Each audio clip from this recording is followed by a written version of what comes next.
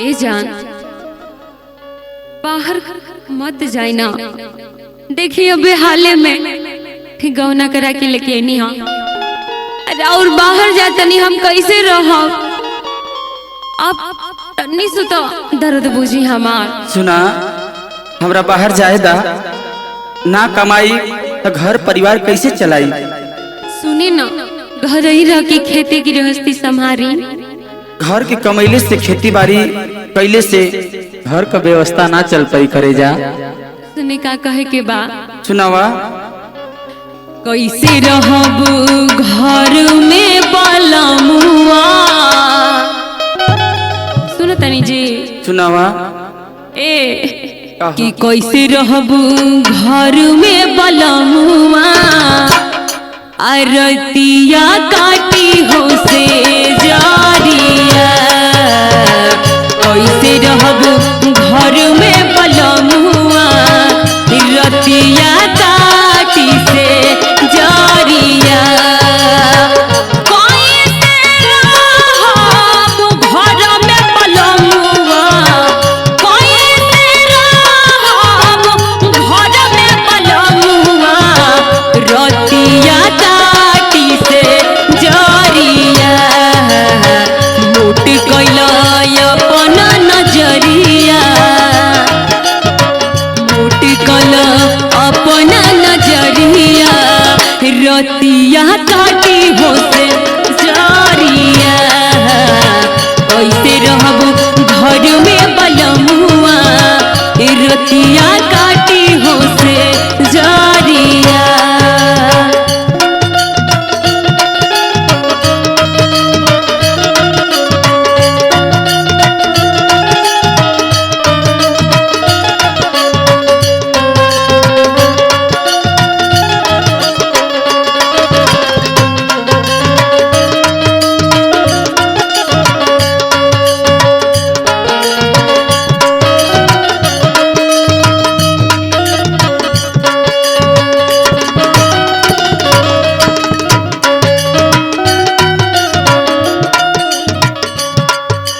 ए जी का हो देखो तनी ना कैसन ही जीवन हो गइल बा कैसन जीव जमाना हो गइल बा।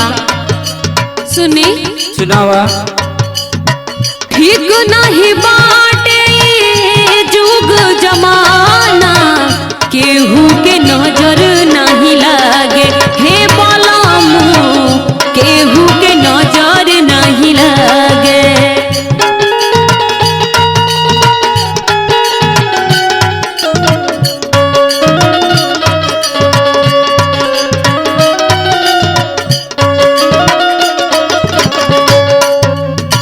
ठीक नहीं बाटे जुग जमाना केहू के नजर नहीं लागे ए सैया केहू के नजर नहीं लागे।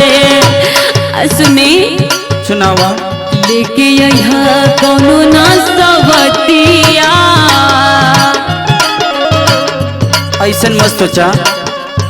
लेके यहाँ ना कोनो सवतिया लेके यहाँ ना कोनो सवतिया रतिया काटी हो से जारिया।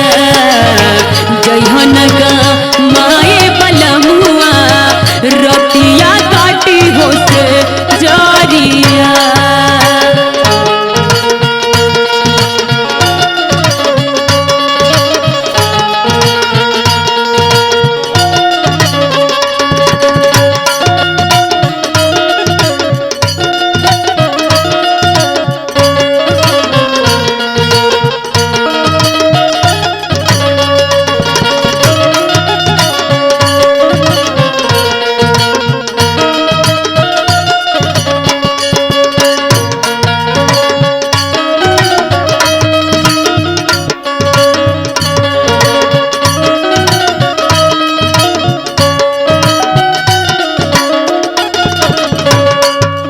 ए जी का हो अगर आप ना मानो अगर एकदम तुले गइल बानी कि हम बाहरा जाई।